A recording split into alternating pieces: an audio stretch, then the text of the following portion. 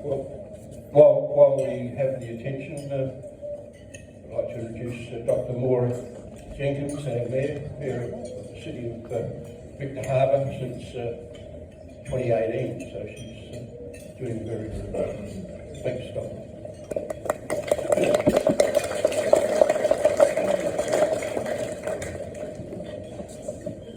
Thanks, Charlie. I feel like I've crashed a party.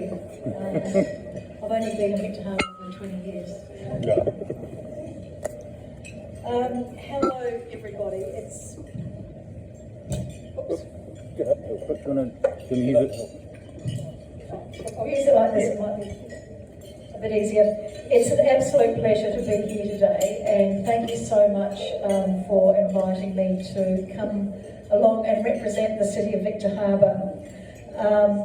It's quite daunting to actually be talking to generations here of the Rumbelow family, and you really are part of the fabric of Victor Harbor.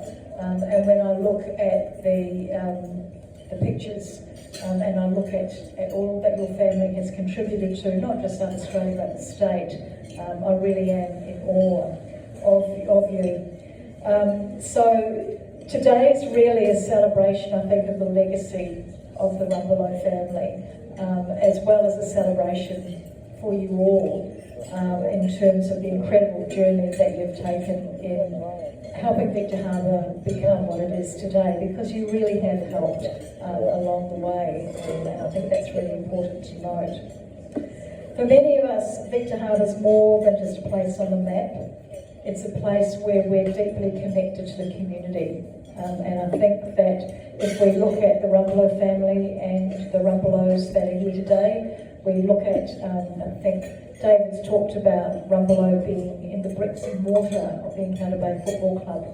I can truly say that the Rumbelow family is deeply connected to our community in so many ways, and thank you to current generations and past generations for that connection and for what you put into our community.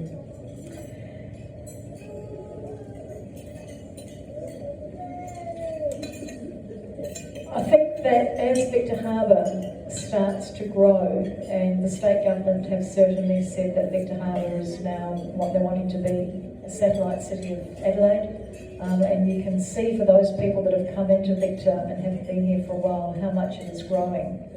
One of the really big things that's important to me and important to council is that we don't lose that sense of community, that we don't lose that sense of what Victor Harbor is.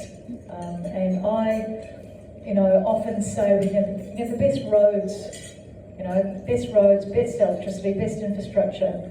But if you don't have a sense of community and you don't have a sense of belonging, then you're truly lost.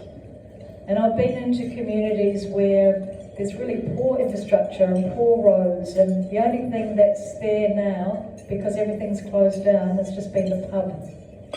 But you know what? They've got such a strong sense of community and art and culture and vibrancy. And part of that comes from the journey that they've all taken together. And our sense of community here in Victor Harbor comes from the different journeys that all the people of Victor Harbor have made and come together.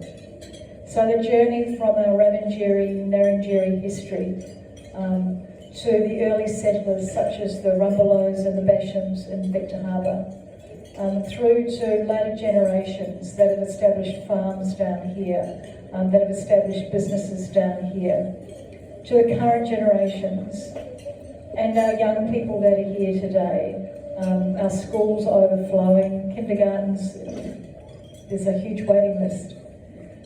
All of that knitted together actually makes Victor Harbor the place that it is. And so, just don't forget whether or not you're part of the history of Victor Harbor, your family's part of the history, or whether or not you're a newbie to Victor Harbor, whether you've moved away and then come back, you are part of that fabric and part of that community. And on behalf of Council, I'd really like to thank you and your family and your elders, past and present, for being part of that fabric of Victor Harbor. It is truly appreciated. Thank you.